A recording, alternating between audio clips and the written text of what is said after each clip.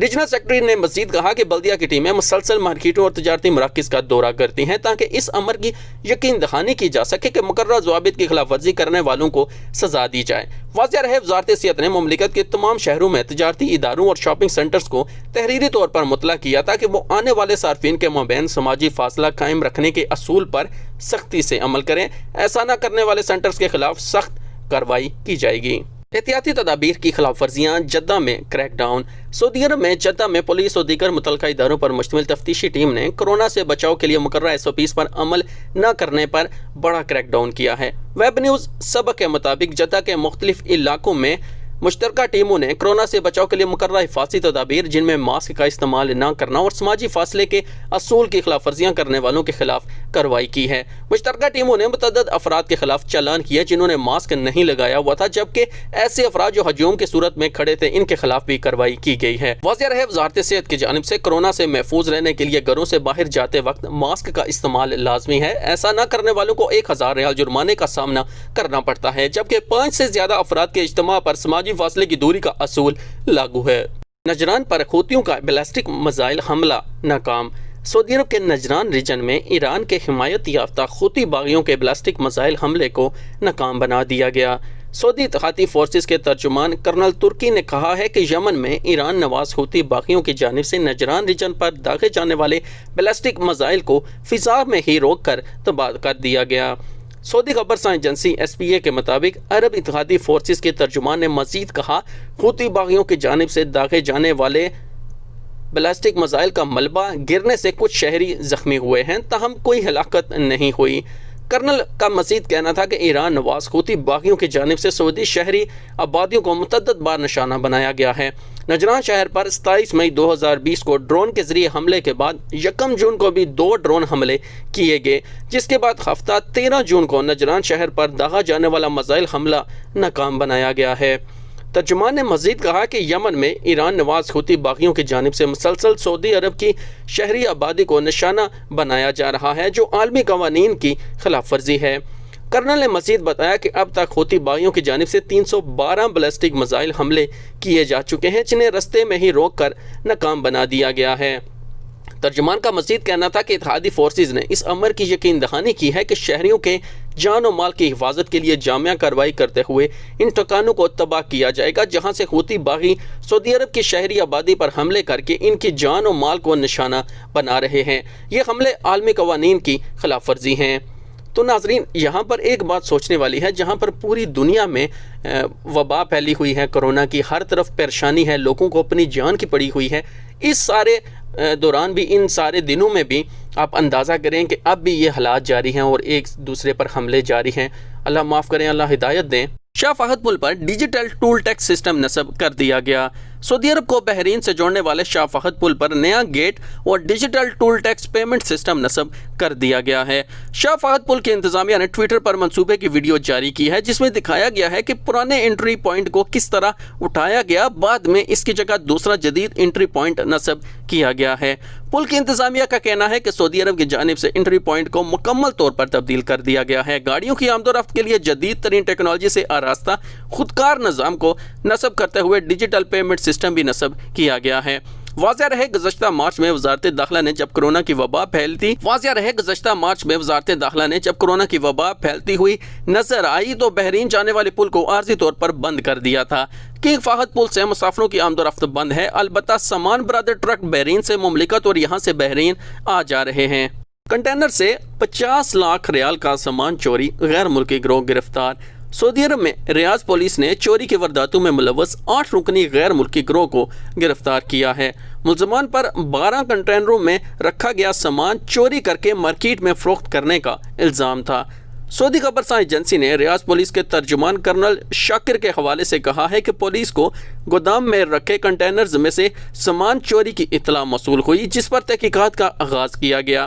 Police team نے واردات میں ملوث ملزمان کی گرفتاری کے لیے پہلے مرحلے میں ان کے بارے میں معلومات حاصل کی، بعد ازاں گروہ کے چند افراد کو گرفتار کرنے میں کامیاب ہو گئی۔ انہوں نے مزید کہا کہ ملزمان جن کا تعلق پاکستان سے تھا کی تعداد 8 تھی، جنہوں نے ریاض شہر کے جنوب میں واقع ایک گودام سے 12 کنٹینرز میں رکھا سامان چرایا اور اسے مارکیٹ میں فروخت کر دیا تھا۔ مسروقہ سامان کی مالیت کے بارے میں پولیس ترجمان کا کہنا تھا کہ بجلی اور دیگر اشیاء پر مشتمل سامان کی مالیت 50 لاکھ ریال کے قریب تھی۔ ملزمان سے مزید تفتیش جاری ہے۔ تو ناظرین، یہ تو حالات ہیں ہم پاکستانیوں کے، اللہ معاف کریں، اللہ انہیں ہدایت دیں۔ تو امید کرتا ہوں یہ اپڈیٹس آپ کے لیے مفید رہی ہوں گی۔ مزید سعودی عرب کی ڈیلی اپڈیٹس کے لیے ہمارا چینل لازمی سبسکرائب کر لیں۔ اپنا بہت سارا خیال رکھیں، بنا کسی وجہ کے گھر سے ہرگز باہر نہ نکلیں۔ ملتے ہیں نیکسٹ ویڈیو میں، اللہ حافظ۔